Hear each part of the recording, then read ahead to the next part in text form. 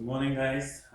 We are working on theological methodology of pastoral counseling, and this is the last session. Because this is the final session, we're gonna just finish what the local churches can apply the pastoral counseling. That's quite important, and we will touch that for last two sessions, and this is the last one. Local churches, many people are thinking that church is for evangelizing. That is right. Spreading gospel and practice the love. As Jesus said, love yourself, love your God, and love your neighbor. Well, actually, he just summarized the whole Old Testament as two: love your God, love your neighbor. Well, but most churches are focusing on those two things, but because of many reasons, they are just afraid of applying pastoral counseling or psychotherapies or counseling in their local churches because they are thinking psychology. That is kind of old-fashioned thinking, but psychology is somewhat different with theological approach to people. When churches and Christians are loving and helping their neighbors, their thinking psychology is more focused on human beings rather than God. And they used to think psychology is, use kind of more science or something. Actually, that is quite different with what local churches used to practice, more theological. I think that is, natural. Churches are theological organizations, but the counseling centers and psychology and psychotherapy labs or institute or hospitals are more focused on science. We don't expect doctors and psychologists focusing on theology. That is kind of awkward, and we don't expect pastors practice more psychology than theology, right? So that is natural. But what about the pastoral counseling? Because we know Christians have mental problems too. We have hardships. We have lots of hardships in our lives, and how are we going to take care of that? That's why we want to just use something more counseling, and that's why the pastoral counseling, was developed.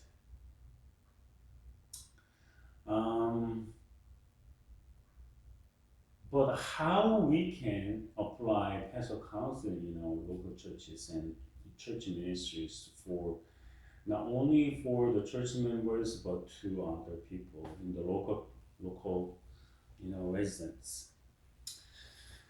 Specialized ministries of counseling. So churches have different standpoints to approach the counseling stuff or psychology stuff to the church members and local people, right? And here is the job analysis for a minister of counseling. The first one is provide a pastoral counseling service for members and constituents. Yeah, pastors are there, and there can be some support groups for pastoral ministries in counseling areas. We can because pastors can be very busy when they have lots of church members. And if the church wants to apply the pastoral counseling to and practice to pastoral counseling stuff to the local people, and just one pastor can be very limited, right? So there can be some more support groups on pastoral counseling. But I think that's why it is kind of a good point to provide a pastoral counseling service for members and for local people. But how? That's the problem, right? But it can be varied. Depends on the locations and situations of those churches and the populations and economic situations and social status in geographic matter. Number two is to develop a group counseling program for those with special needs and those who wish to raise their level of creativity in relationships. So group counseling can be effective when they have, they can, you know, just gather some special people who have kind of a similar or same problems or any other things. I think that they can do that. They can do that by as doing so, like I'll call Anonymous a group or kind of a DV veterans group, DV victims group, or kind of there can be more groups for that. But in the local churches, I think they can have kind of some groups like who has kind of marital problems, who had a group for the children. I mean, nurturing or parenting groups, or kind of for the young people's group for preparing the next step or changing their jobs or careers. And then they can just gather those people as groups, and then pastors and pastoral counselors can lead those groups, and they can share their feelings and thinkings and how they prepare and what are dragging points then just be pulling them down, and well, they can encourage each other too. Okay, so those groups are very effective. Number three is work with the leaders of church groups with a goal of increasing their group's abilities to meet the needs of persons. Yeah. I think pastoral counseling cannot be done by only the pastor. For the better and wider ministries, pastors want to work with the church leaders, and then when they increase their ability to help other people, like financially and facility wise, and they can have volunteers through leaders, and pastors can assign that group for making decisions for the pastoral counseling ministries. So when they work together like that, they can, maximize their ministries in pastoral counseling. Number four is to develop a long-range program of premarital education and counseling. Well, that is quite important in this society. We already got 50 more than I don't know, almost or more than 50% of couples are separating, which means one out of two couple separates, divorce. Um, well, if they don't like them each other, if they don't love them each other, they have to, because it is torturing living with someone you don't like or you hate, you don't love. That is understanding. We can understand that thing, but what makes couples, leave? What makes people decide to divorce? Well, I think, based on my experience, helping people, uh, I can say, little things are just ruining their relationships little by little. Just little things, you know, eating up their relationships, their love. And so, majority of cases of divorce or separating are started with the little things. Well, there can be big things,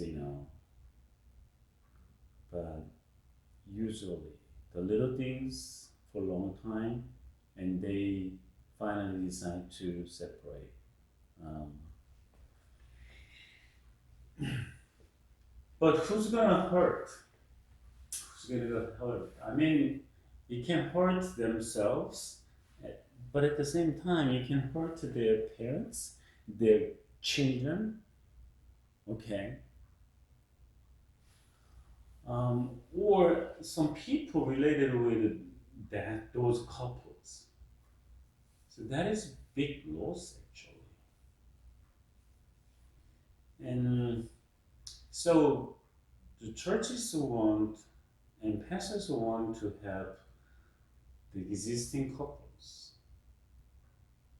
Okay, then just just practice the good nutritions and for making those couples relationships stronger or keep their relationships or just hold their relationship ships so those relationships the strength of relationships is not going down or decrease.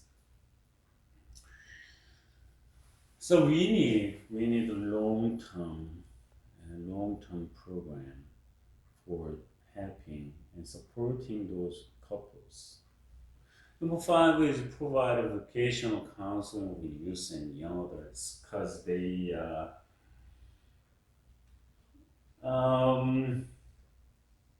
I'm not sure, but lots of high schoolers don't know what they're gonna do. They just choose kind of a big area like science or literature or language or something like that, but they haven't decided that, or they are about to change their major because they don't have any idea. Some people or Missouri, they don't have any idea what they're gonna do, what they're gonna be. Those people, those students have no goal, but they just choose, colleges or universities. but because they think they need college levels, education for the better wage, better salaries. But if that is it, do they really need college level education? Well, college level educations, the qualities are pretty. Um, it's not very high. That's what I think. And education field is, I don't know, the quality is getting lower, I think. Because in the past, college level education was for the, the, the, the little people. I mean, the little amount of people, like less 10% or something like that, or less than that in the past. So in the past, oh, somebody went college or university, they can be honored. But nowadays, almost all people go colleges and universities, and that is, I don't know. Maybe they can get some skills or techniques, but that's not guaranteed that those people are mature and their characters are developed and uh, they are higher level of human being.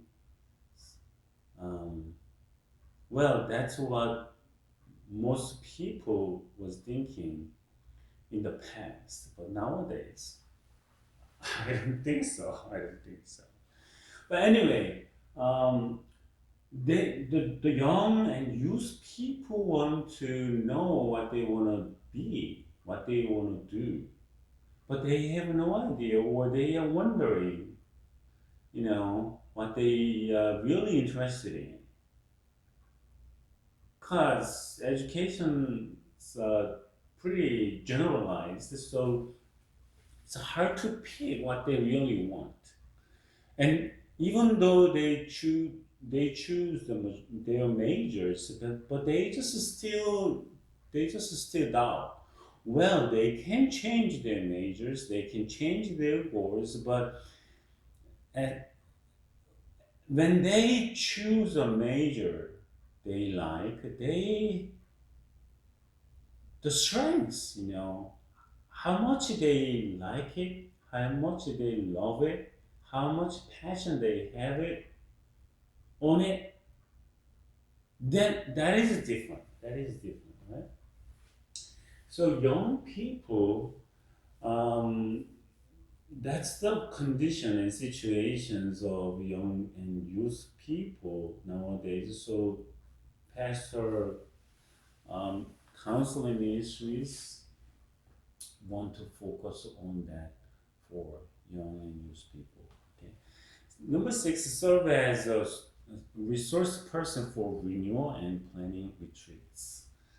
Well, people want to get retreats, vacations, holidays, in but what they really do, take a walk with families and maybe play some sports and watch some movies and eat together. Um, but what if churches can provide some momentous events for those people, like marriage enrichment? As I said, marriage enrichment is also called MA, marriage, sorry, marriage enrichment programs. There are tons of marriage enrichment programs, and um, something like that. Well, people are thinking that okay, I want to do something. I need to do something, but they don't practice it.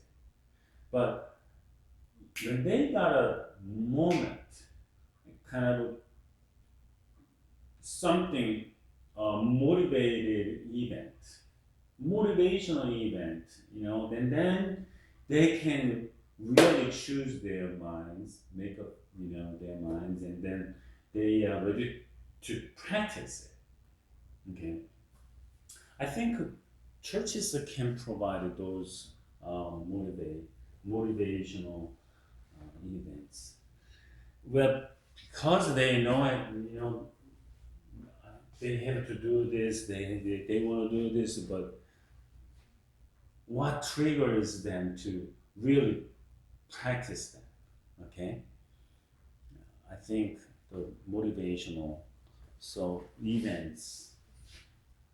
I think marriage enrichment and some some inventories for intelligence quotients. I think multiple intelligence quotient tests, multiple intelligence quotient tests.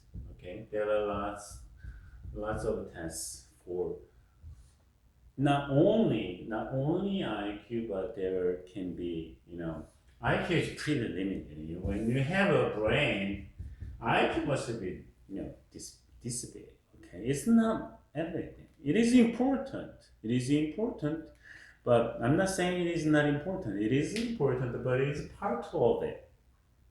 Okay, it doesn't tell everything. It doesn't tell you that you are smart or not smart.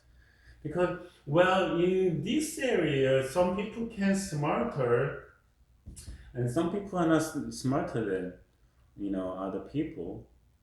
But it doesn't decide that. What about the other? The majority of other area of your brain, intelligences. Okay, so there can be space and interpersonal, intrapersonal, and music, or kinesthetic. Well, there can be many other intelligences in one person. So,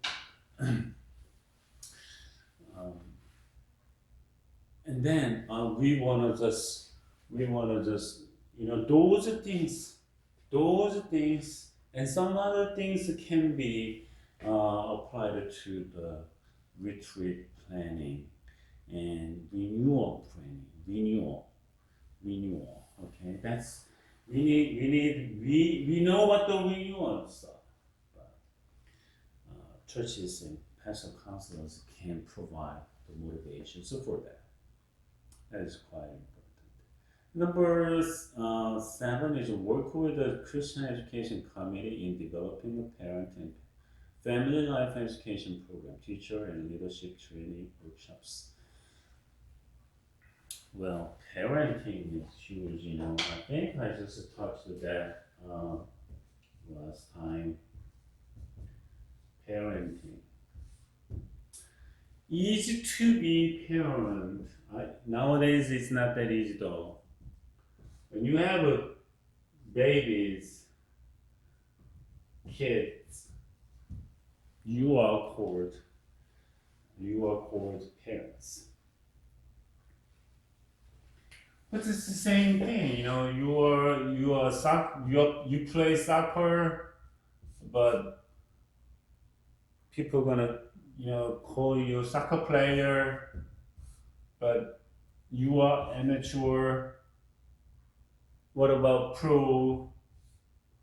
Premier League soccer players? There are many types of soccer players, right? If you have just kids, you become a parent. It's like this level. you you play soccer in the park because you wanted to play soccer. But are you Premier League soccer player? No, not yet. So this is the first day you play soccer, and you think you can play in the Premier League? No, it's hard to get in. But even though you are getting there, you're gonna be a wallflower in the field because you don't do anything good, right? Can you run 90 minutes? I mean, 45 minutes each. Do you really think run that much?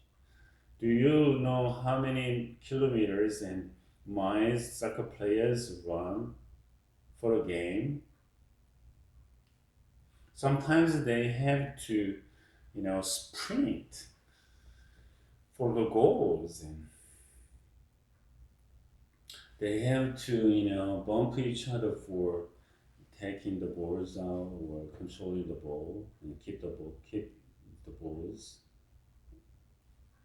I can't imagine how they do that. It's very tough. But the parents, you want to be a good I mean, better parents. You know about kids, and you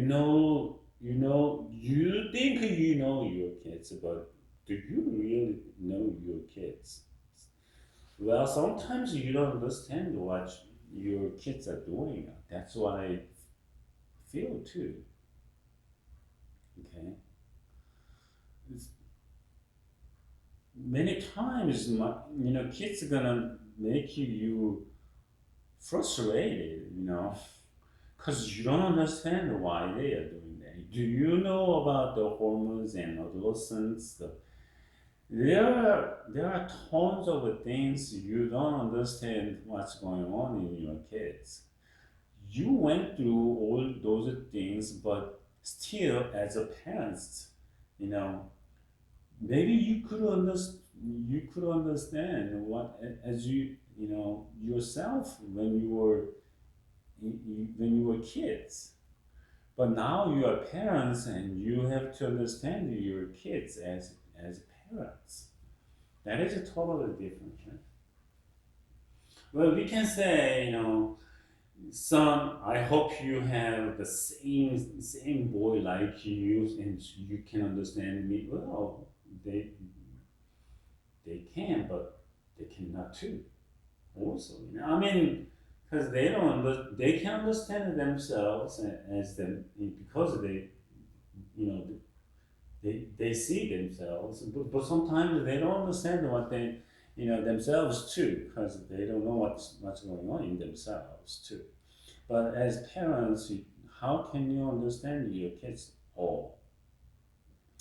So parents want to know how many times your babies need to eat, I mean, suck up the or drink the milk, um, how to change the diaper, how to wash your babies.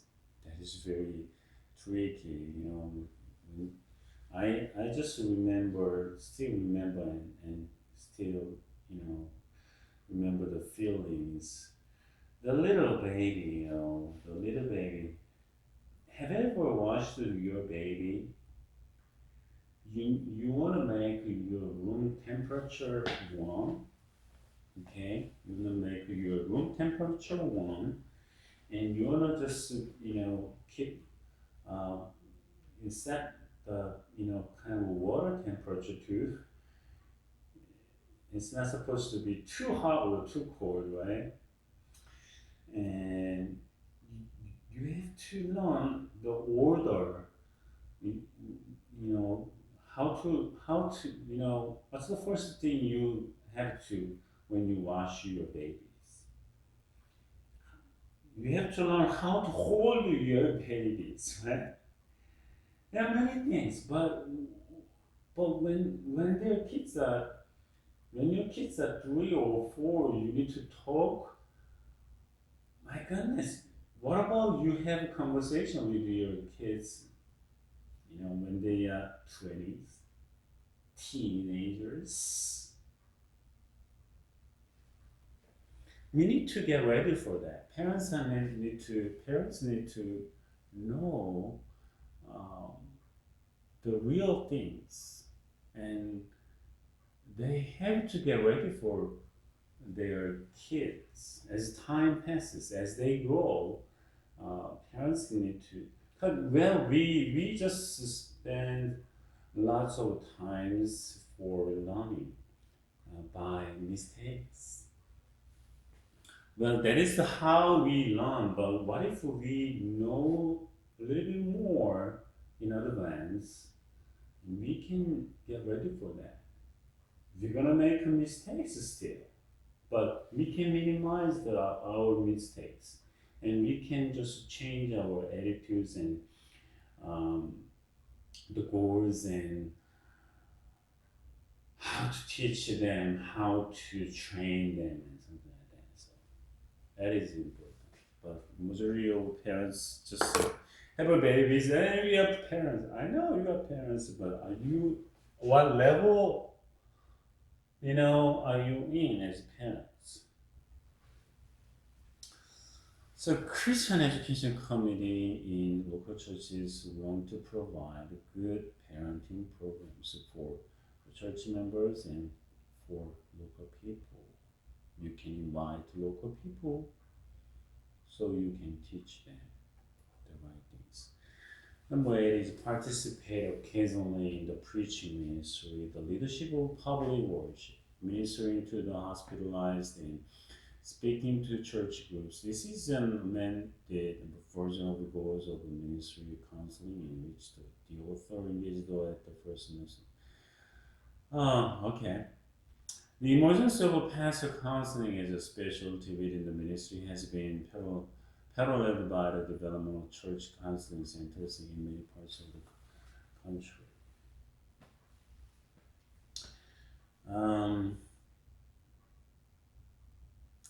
When I was in seminary, professors used to say pastoring, pastoral ministries is kind of a general art. You you preach well, but what about you ruin your administration? You preach, bad, well, that you're gonna lose many things. You are perfect, but you don't have a good relationship with people.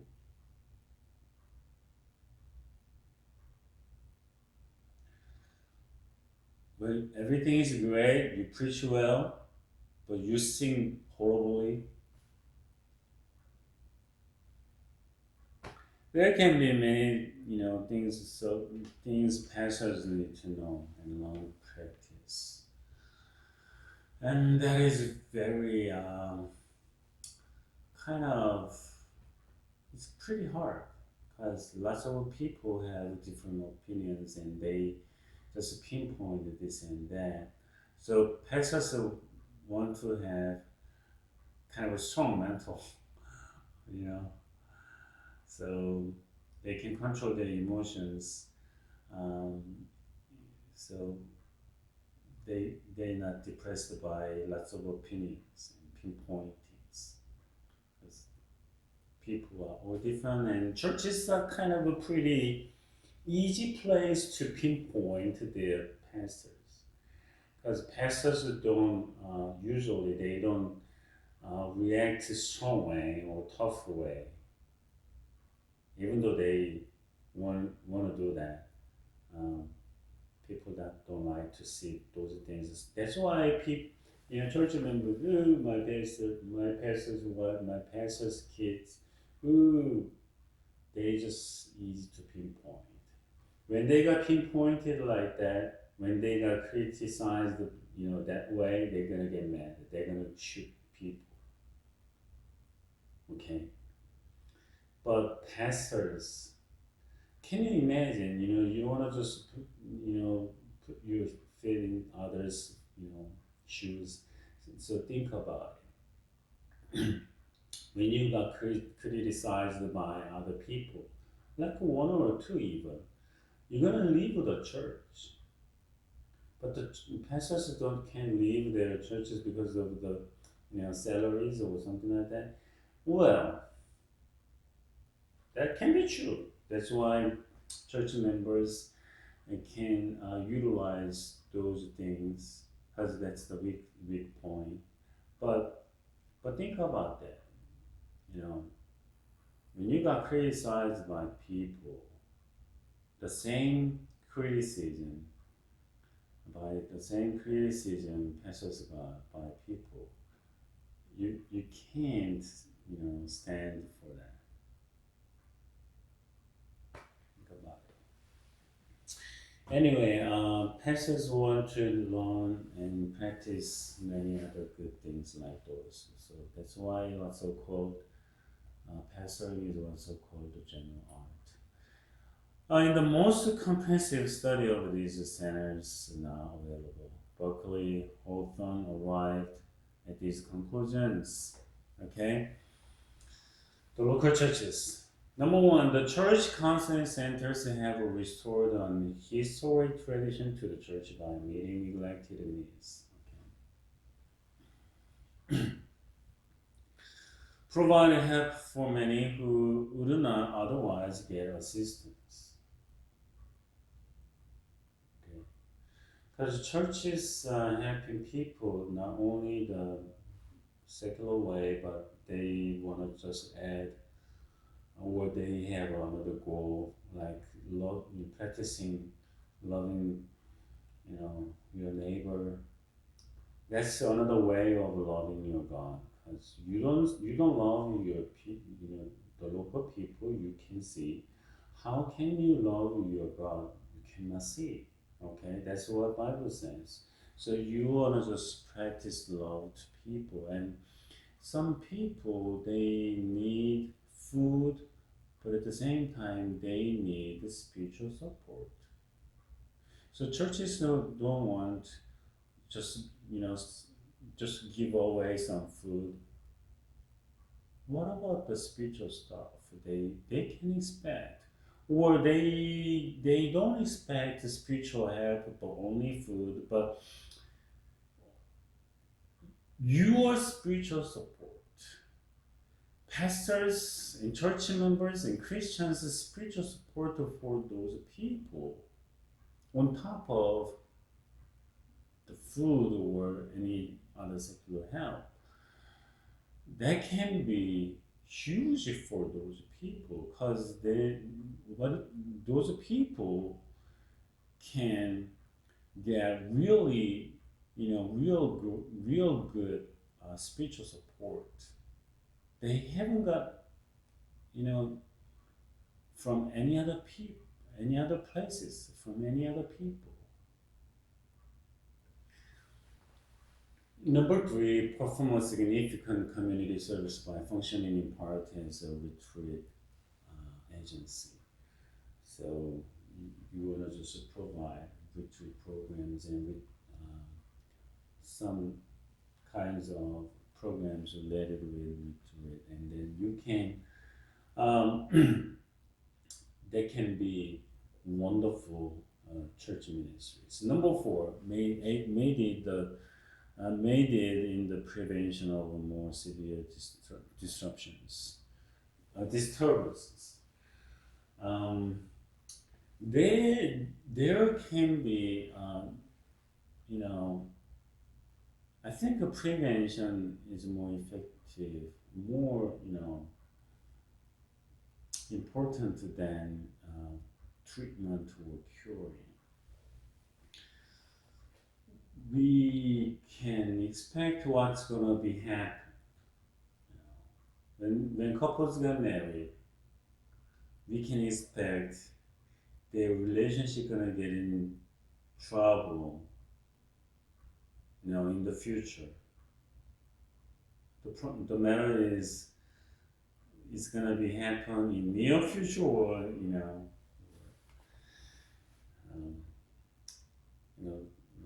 in the future. long times later.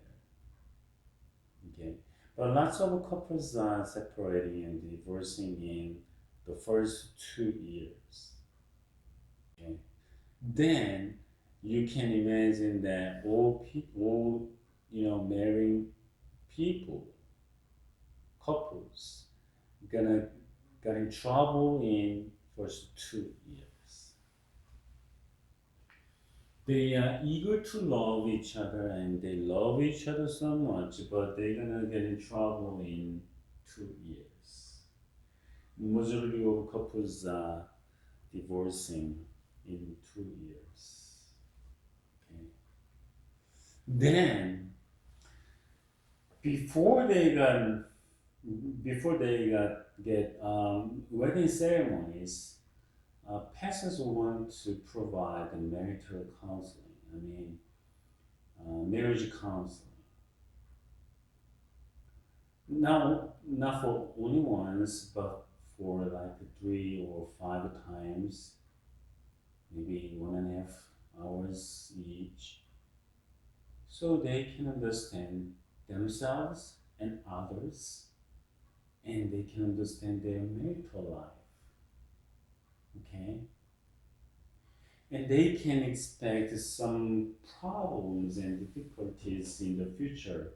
And what they're gonna do when they face kind of marital crisis and marital problems or relationship problems, so what they gonna do, what they gonna get ready for those things. Because those things will come, definitely. Okay? All couples have problems, and all couples have relationship problems, and they're gonna have those things also. Like tomorrow or after next week or next month, next year, they're gonna have problems. We know we're gonna have problems. If we know that, we can get ready for that. So that's gonna be preventative education. I think that is more important.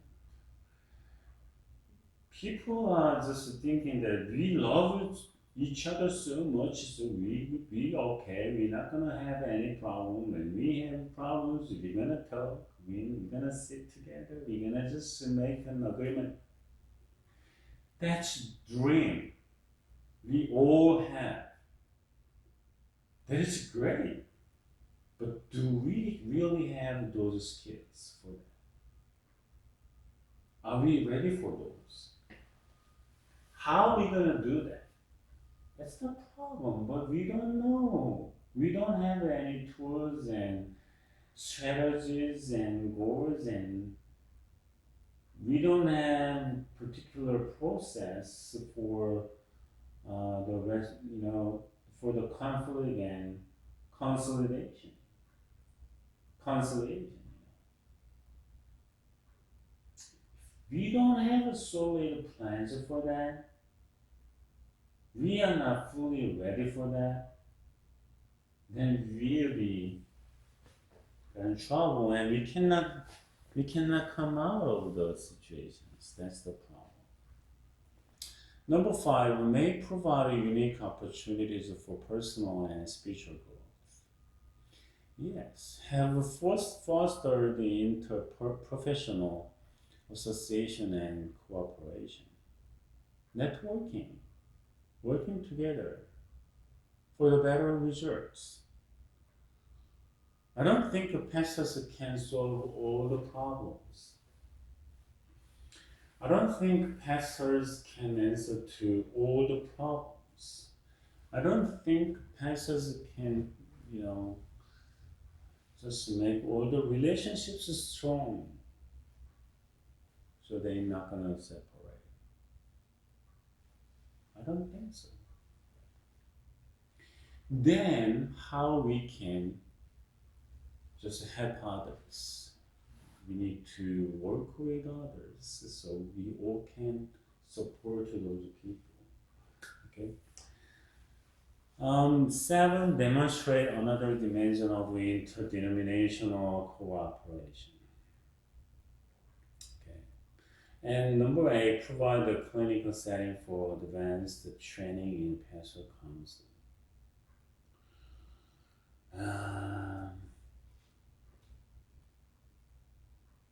traditionally, churches were the center of villages, towns. So when you just travel the all the other states, or you just check your uh, towns and villages. Churches are in the middle of the town. Churches are located in the main street because it's easy to go there, you know. So the people are spreading. People are. So let's say this is a town. Let's say this is a town. I don't like those markers. Okay, let's say this is a town, and the main streets are in the town, right? Or main streets are in the town like this. The small towns, they don't have two main streets, but just one main street.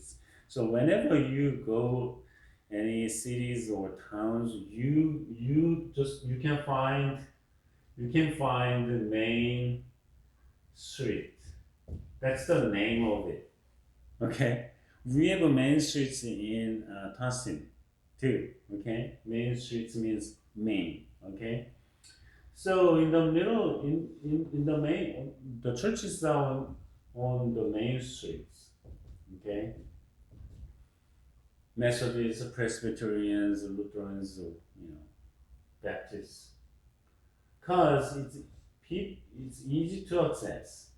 People can come to the church anytime they want, and then they have Sunday services on Sundays, and then they can shop around and eat together in the town, in the downtown. Okay, it's the main streets, and they used to work as the center of the village people, and they just provided lots of things like counseling and food and kind of lots of help. Um, so wherever you go in the United States, you can see all the churches, especially all the churches are located in the downtown. Okay, that means churches are used to be center of the village, because majority of people were Christians in the past.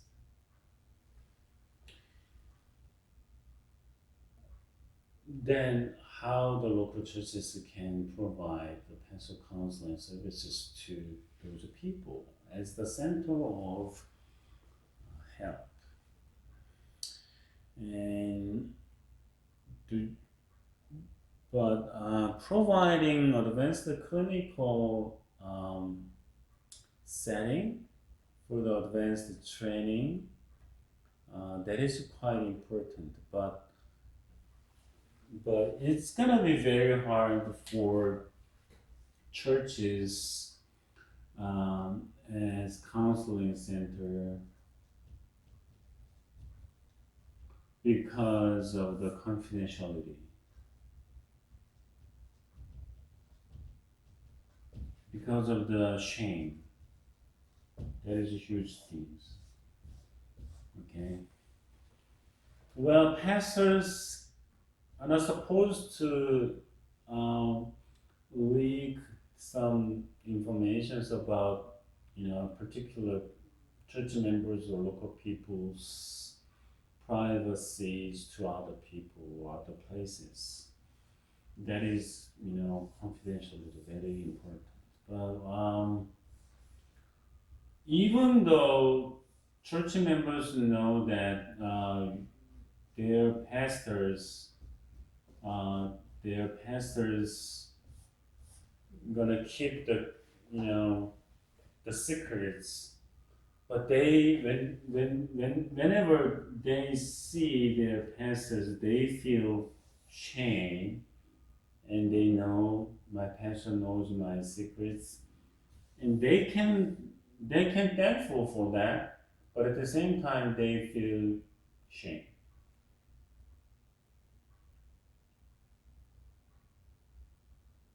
Okay, so they leave their churches. But in the past, there is only one or two churches, so they don't have anywhere to go. So they have two choices. You just stay at their church, or they don't go to the church because it's hard to leave the town. Okay. Well, whenever you just open your all the secrets to your pastor, and whenever you see your pastor, you think, oh, he knows or she knows about me. I'm feeling shame. That's the that's the one of the main reasons people, church members leave their churches because they feel shame. When they just open their secrets to their pastors, they they had to open that for getting help from their pastors, but after that they feel shame. Okay, but what if you're trying to kind of advance the level of pastor counseling to the lay people, and what about the confidentiality? What about the shame? So lots of churches and pastors don't recommend churches to have a counseling center, but they want to just set counseling center, out of the church. They just set they can set a counseling center at another place, but it's hard to have that counseling centers in the churches. 10. Confront American Protestantism with a challenge to extend and expand the ministry of counseling. Spiritual healing and pastoral counseling. Since all healing involves the release within a person of God-given growth forces, all healing is spiritual healing. Yeah, yeah. Even you got cut. I got cut in my hands on the day, but I was working on my hand. You got cut. You got cut. Your hands like this, and you got you got bleed. So and then you heal. You heal this. You heal this. You got treatment, but you can be your feelings and your thinkings and your other physical conditions can be better because of this. Because of this. What if you feel shame? What if you feel don't you feel kind of ugly because of the cut? And that can be affected to your spirituality too, because all things are mixed together. This is the one. Our body and mind and thinking and spirits are not separated. Those are all in together. Okay, so even little things um, can be influenced to other things. Okay. Well, a person I know who got pimples on um, his face. That is kind of majority of teenagers have pimples on their face. Okay, it is kind of natural. I used to have lots of pimples on my face and bodies and back when I was in middle, kind of middle school and high school. but it got disappeared when I got married, and then later on. Sometimes I got pimples too, still. But the person who got pimples, he got so frustrated and he didn't like it. Well, who's gonna like their pimples on their faces? Nobody likes that. I didn't like it, but I didn't care, much. But sometimes I care. When I'm washing my face, I felt, something, not smooth. It's like it's rubbing the little pebbles or something like that. And after the washing my face, I got kind of blood and some from my face because I touched the pimples hard. That was gross, but that was funny too. But the person I know, he didn't like it too much, and he was thinking too much, and um, he hated the pimples, and he hated his face, for a long time, and he lost his mind. He got mental disorder because of it, and because of many other things. But one of the big reasons were the pupils.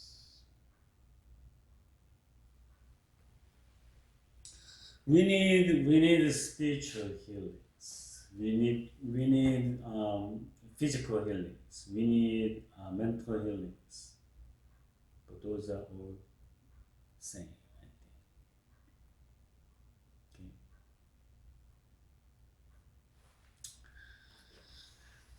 think. Since all healing involves the release within a person of God-given growth forces, or healing is spiritual healing, yes. Actually, what the term usually describes is approaches to healing making primarily use of traditional religious forms and instrumentalities such as prayer, communion, the laying on of hands, and anointing with oil. So we need spiritual healings. Both the spiritual healing and the pastoral counseling approaches are useful in local churches program. Both have the same goal, the restoration of a persons to greater wholeness. Christians believing that God created us, and God just put His images in us, and when we lose our bodies, and when we lose our mind, when we lose our spirituality, and then we just lose some, you know, we just hurt or lose the God's image, and in some ways, and that's why we want to just support and heal and just help people to restore the great image, the body, mind, and spirituality. Okay, spirits. The physical danger in the spiritual healing emphasis is that it will encourage persons to delay or neglect using the resources of medicine. A sound approach, of course, urges the use of all channels of God's healing, including the full range of medical resources. Psychologically, spiritual healing may encourage unhealthy dependence on the leader and encourages the expectation of cures from the outside and that involving struggle with the inner problems. Okay. This is the last one. The emphasis in counseling on respect for the orderly cause-effect sequences in the world of psych, and on the necessity of a person's growing his responsibility for his own inner life can help to counteract any tendency in spiritual healing to function in ways which encourage magic or the temptation to shift the total responsibility to God. Training in counseling can help, but minister uses authority constructively in healing rituals. Thus, counseling and spiritual healing methods are complementary instruments for enhancing the wholeness of a person's. So pastoral counseling is not the only pastoral ministry, but it can work with, linked with other ministries, like providing food or distributing foods to church members who in need, and the local people who in need, and then they can just visit the hospitals, their church members or the local people, and they can provide the programs. They can just set up kind of more professional clinics, or they can outreach, even kind of traditional outreaches to the local area, and then they can form a choir for the local people, or they can just lead a kind of singing groups for the local people or church members. Well, there can be lots of pastoral ministries, but why don't we just link with the pastoral counseling and pastoral counseling approaches? Okay. When we apply pastoral counseling stuff to the music or singing groups, and that can be music therapy, right? And then drawings, pictures, and taking photos. We can open those classes for church members and for the local people, but we can put some pastoral counseling stuff there, So not only sitting face to face and just talk with it, about the hardships and something like that, but we also can apply pastoral counseling stuff to our other all kinds of ministries as much as we can. Okay. As doing so, we can have more chances that we can talk with other people. Finally, they can just come and knock your door in for the pastoral counseling and stuff.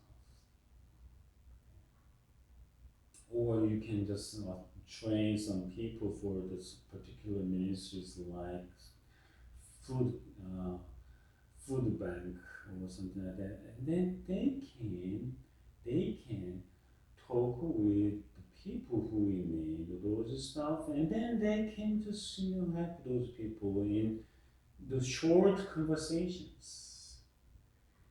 Okay, if they want to just talk more, they can just have some more other people for the counselings.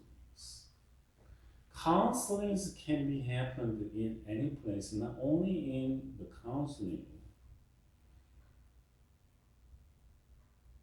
We can talk with the people on the streets, in the food bank ministry, in the music, singing ministry, and orchestra ministry.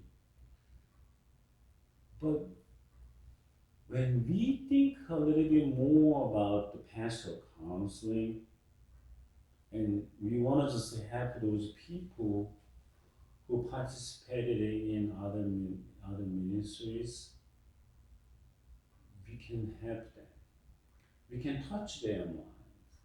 We can just support their situations, and we can just support their spirits. We can educate them. We can train them. We can help them in many ways, as much as we can. So don't just distribute the food from your food bank, but we can train food bank volunteers so they can just help people when they distribute the food they need. Here's your food. God bless you. Or what about you just take a moment? How are you doing? Happy to give it to you. I hope this can be help you. What's going on? When you do that, do you need anything? Do you need any other help? Beside the food. Do you need any? Do you need more help? Okay, something like that. When you visit hospitals and for the patients, your church members and or the local people, and how are you gonna just greet them? How in what eye level you just talk with those people? When somebody look down you, how do you feel? How do you feel? How are you gonna make the eye level? You know, how you can set it? How you can talk to the patients? A person I know who she used to just come with me for visiting hospital people and hospitalized people. She usually tell people God has special plan for you, so you guys in the hospital right now. Just think about it and thank to God. Oh my goodness, what she's talking about. If I'm, if I'm the patient who heard that from her, I just wanted to say that God will have a special plan for you so you can be hospitalized like me. And you thank God.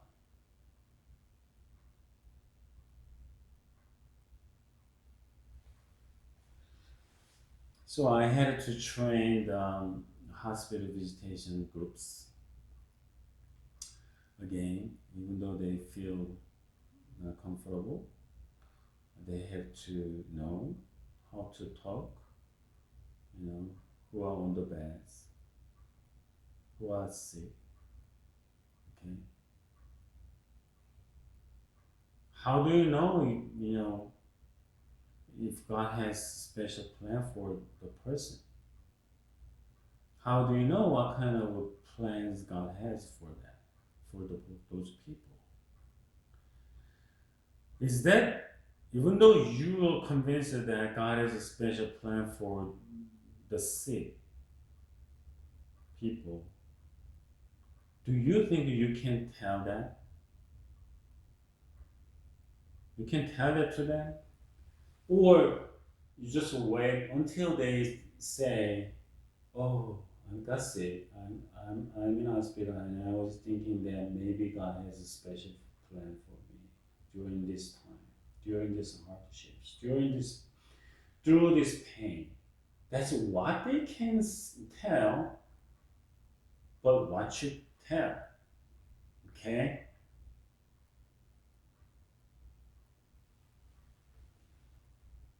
And don't say, I knew it. Don't say that.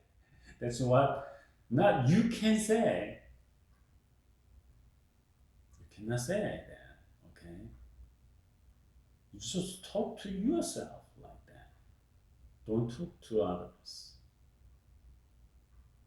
So we have to learn many other things, and we need to train the volunteers, many things like that. So by doing so, we can develop lots of things. Okay. Thank you for taking this class, and I was very happy to.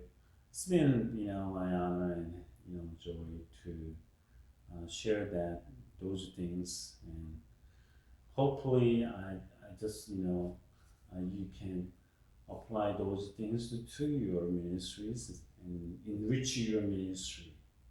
Not only marriage enrichment, but ministry enrichment too, by doing and by practicing those things. And be wise to apply those things you learn from this class to your local churches, because all churches are different, and all churches situations are different, and all cases are different. So we need to be wise. We need to be wise to adopt and practice those things we learn.